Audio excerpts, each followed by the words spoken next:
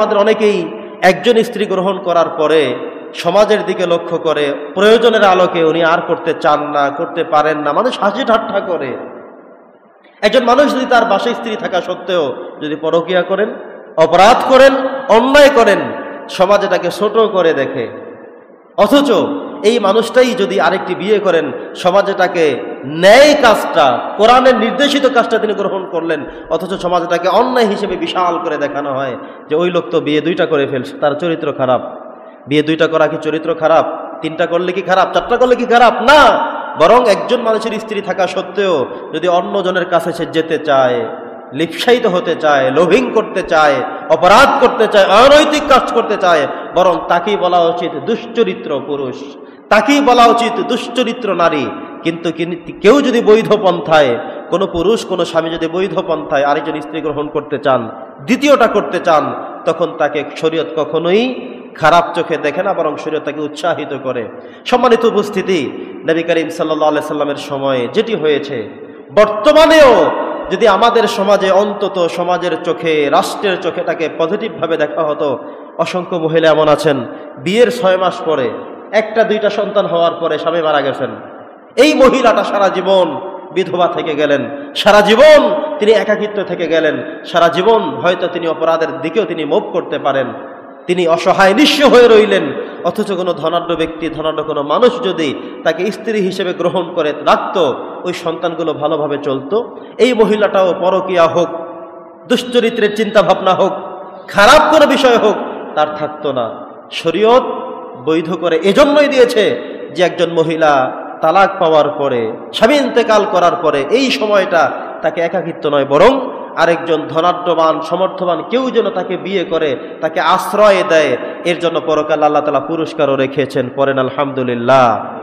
বুঝতে হবে পুরস্কার রেখেছেন আল্লাহ, যে একজন মহিলা তালাক প্রাপ্ত হওয়ার পরে, স্বামী ইন্তেকাল করার পরে, বিধবা হয়ে একাকী জীবনযাপন করছেন, গুণগান করছেন, অপরাধের দিকে ঝুঁকে পড়ছেন, অপরাধ করে ফেলতে পারেন, এমন হচ্ছে তাকে দেখবার মতো কেউ নেই। ভাই তার সংসার নিয়ে, বাবা তার সংসার নিয়ে, সবাই সবারটা নিয়ে, তাকে কে দেখবে? আরেকজন পুরুষ যদি তার দায়িত্ব নিয়ে নেন, আল্লাহ তাআলা তার জন্য পুরস্কার বরাদ্দ করে রেখেছেন। তো এখানে 2টা বিষয়, একটা হলো সর্বোচ্চ সীমা 4টা, তার বেশি যাওয়া যাবে না। আর সর্বনিম্ন যেই সীমারেখা, সেটা একটা।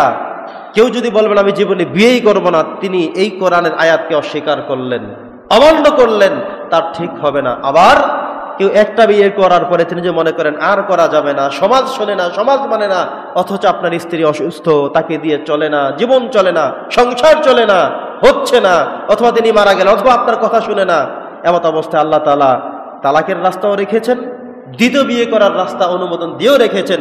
এমনকি কখনো কখনো দ্বিতীয় বিয়ের জন্য পুরস্কারের ঘোষণাও করা হয়েছে। যখন আরেকজন বিধবা মহিলা অন্যায় করবেন, এমন হচ্ছে তাকে কেউ নিচ্ছে না, এমন একজন বিধবাকে বিয়ে করে আপনি তাকে আশ্রয় দিলেন, এই আশ্রয়দাতা হিসেবে আল্লাহ তাআলা আপনাকে পুরস্কৃত করতে পারেন।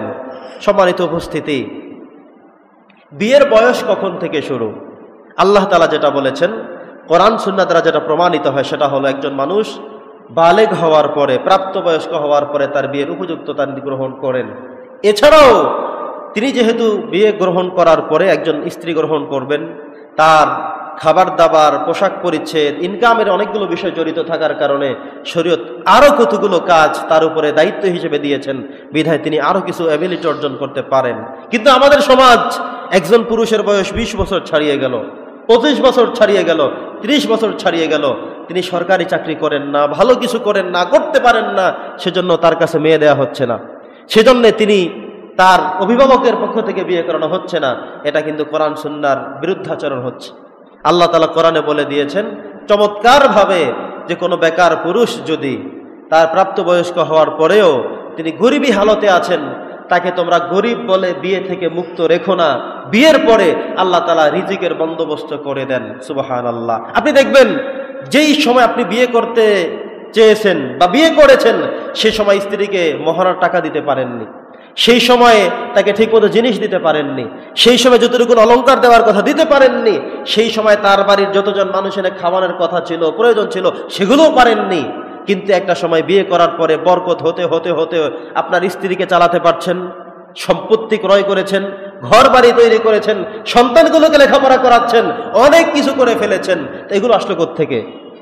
আল্লাহ বলছেন এমন মানুষদেরকে আমি আমার গায়েবী পক্ষ থেকে রিজিক দিয়ে ভরপুর করে তাদের জীবনটাকে বরকতময় করে দেই। সুবহানাল্লাহ।